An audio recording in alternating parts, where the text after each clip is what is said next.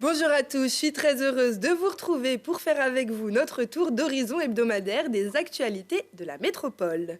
Décollage réussi pour Cosmocité, après l'inauguration officielle et la découpe d'un ruban tricolore aussi long que le trajet Terre-Lune ou presque, la journée d'inauguration samedi était consacrée au grand public, venu très nombreux. Lucille Dailly était aussi présente à Pont-de-Claix pour immortaliser ce moment et partir à la recherche d'impressions de visiteurs plus ou moins éclairés. Tout a démarré en 2009, une idée avec les universitaires, les scientifiques de l'université Grenoble-Alpes. Et finalement, ce projet a réussi à se construire et finalement à venir se poser ici, à Pont-de-Claix, sur le lieu des Moulins de Villancourt. Donc c'est un grand bonheur et de voir aujourd'hui autant de monde, toute génération, venir faire la queue. Voilà, ça met du baume au cœur et vraiment je suis très heureux. Tu veux voir la lune, les étoiles, qu'est-ce que tu veux voir? Rien. Ça vous a plu?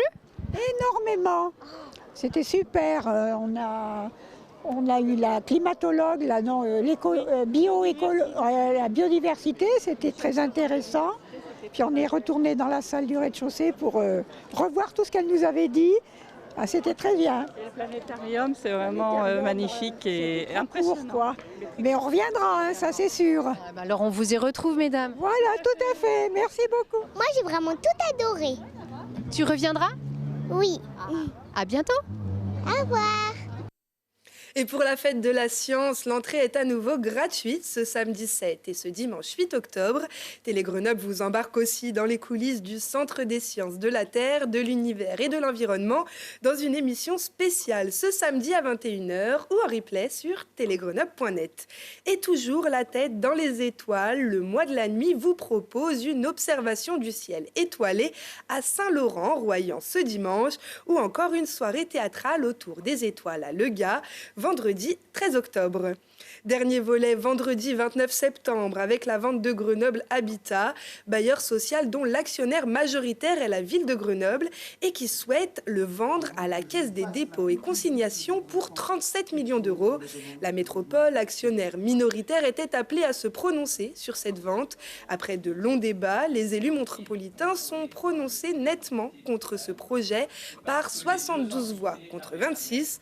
Un vote qui n'est pas contraignant pour la ville de Grenoble, mais qui démontre une nouvelle fois le clivage important qui existe entre les deux principales composantes de la majorité métropolitaine. Ça ne met pas forcément en cause. La métropole aujourd'hui est actionnaire de moins de 1%. Donc ce qui a été voté aujourd'hui, c'est cet actionnaire de moins de 1%, qu'est-ce qu'il va exprimer à l'Assemblée générale sur les modifications. Donc voilà. Par contre, politiquement, c'est dommageable parce que la métropole est en charge du logement, que normalement elle aurait dû, elle, racheter GH, comme ça a été fait dans les autres métropoles en France. Ça n'a pas été le cas ici. Et donc ça aurait été bien que, comme ils ne la rachètent pas, elles se disent, bon ben voilà, il y a 50 millions d'euros qui arrivent pour le logement social sur le territoire. Nous, on ne voulait pas les mettre, mais du coup, on les accueille avec plaisir. Là, elle dit, nous, on ne voulait pas les mettre, mais on ne les accueille pas avec plaisir. Bon. Moi, j'invite les élus grenoblois à entendre le vote du Conseil métropolitain. Une nouvelle fois, c'est un vote qui dit clairement que les sujets grenoblois ne peuvent pas être vus par le simple prisme de Grenoble. C'est des sujets qui nous dépassent tous et le vote des élus métropolitains n'était pas simplement, comme l'a dit Éric Piolle, une volonté d'avoir un débat ici. C'était un vote obligatoire parce que juridiquement c'était nécessaire. Autre sujet à l'ordre du jour sur ce conseil, la prime Herbois, la taxe foncière sur les propriétés bâties, le soutien à la population marocaine ou encore la participation de la métro au programme Nano 2026.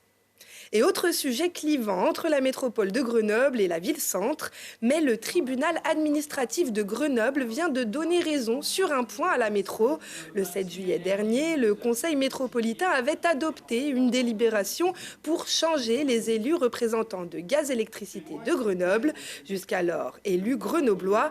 Christophe Ferrari, le président, estimant qu'il n'y avait plus aucune confiance dans la gouvernance de GEG.